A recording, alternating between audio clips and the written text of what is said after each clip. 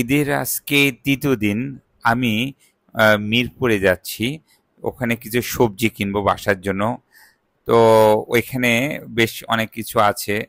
এখন তো হলিডে, ঈদের ছুটি, হয়তো কোনো কিছু দেখাতে পারবো না। তারপরেও আমি যাচ্ছি ওখানে, শহরটা আপনাদেরকে দেখাবো। মিরপুর, কুষ্টিয়া মিরপুর, এটা আবার ভাববেন না ঢাকা মিরপুর। তো চলো কাউসার দেখি। ও ওয়াও, এত কুকুর এখানে! তো আমি এখন অটো দিয়ে উঠছি, এই যে চাচা অটো চালাচ্ছে।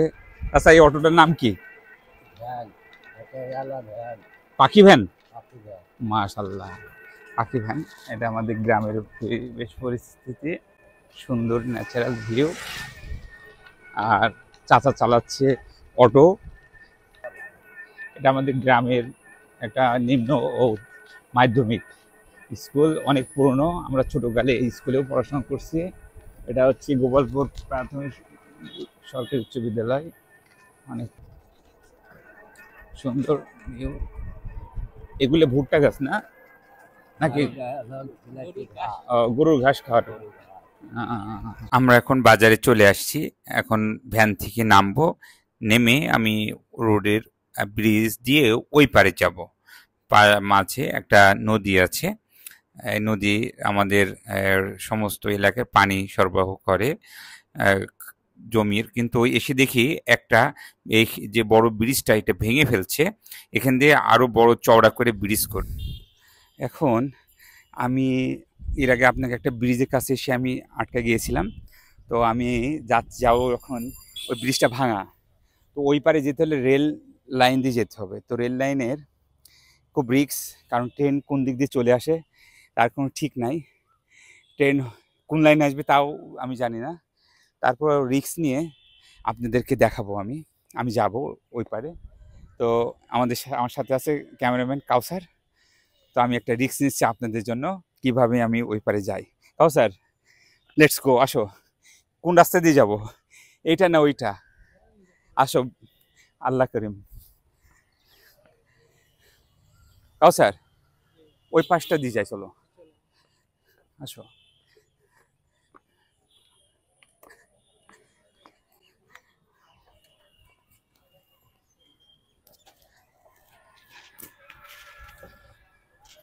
কাউসার, এদিকে নিচে খেয়াল রেখো।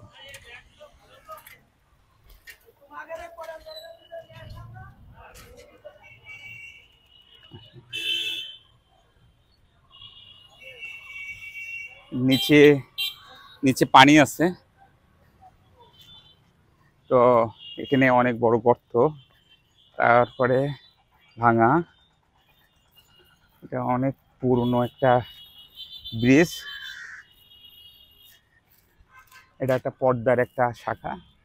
ওই যে ব্রিজটা ভেঙে নিচে পড়ে গেছে, তৈরি হচ্ছে। এখন আমরা রেলে দিয়ে যাচ্ছি, দ্রুত চলে যাই, কোন সময় ট্রেন আসে আপনাদের দেখানোর জন্য রিস্ক নিয়েছি। কাউসার, এখানে গর্ত আছে।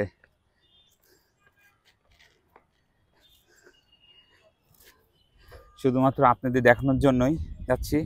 অনেক পানি, এটা পদ্মার পানি। এটা ওইদিকে সাঁকো আছে, বুঝছো? ওইদিকে সাঁকো আছে, ওই সাঁকো দিয়ে মানুষ পারাপার হচ্ছে। আসো শেষ পর্যন্ত। এখন বাজারে আসলাম, এসে দেখি একটা দুইটা দোকান বসছে। কোনো দোকান সেরকম নাই, জায়গায় জায়গায় দু একটা দোকান, এখানে একটা পেলাম, আরেকটা অনেক দূরে এসে পেলাম, তাও তেমনটা নেই। সবজি ঢেঁড়স বা দু একটা দোকান নিয়ে বসে আছে। পরের দিন বাজার নাই, মাছ এর বা অন্য আনুষঙ্গিক কোনো দোকানই বসে পরে। অনেক বাজার টাজার বসে, বাট ঈদের পরে কোনো বাজার সেরকম বসে নেই। এটা হলো শফি, অনেক পুরনো, আমাদের সবার পরিচিত শফি মিয়া। শফি আইসে আমার কাছে কয় টাকা চাচ্ছ শফি? 20 টাকা। 20 টাকা। তুমি কি 20 টাকা আমার কাছে আগে পাইতা? হ্যাঁ, দেখালেও 20 টাকা 50 টাকা। তো ভালো আছো? ভালো আছে। আচ্ছা, তোমার এটা আমি রেখে দিলাম, হ্যাঁ, স্মৃতি করে।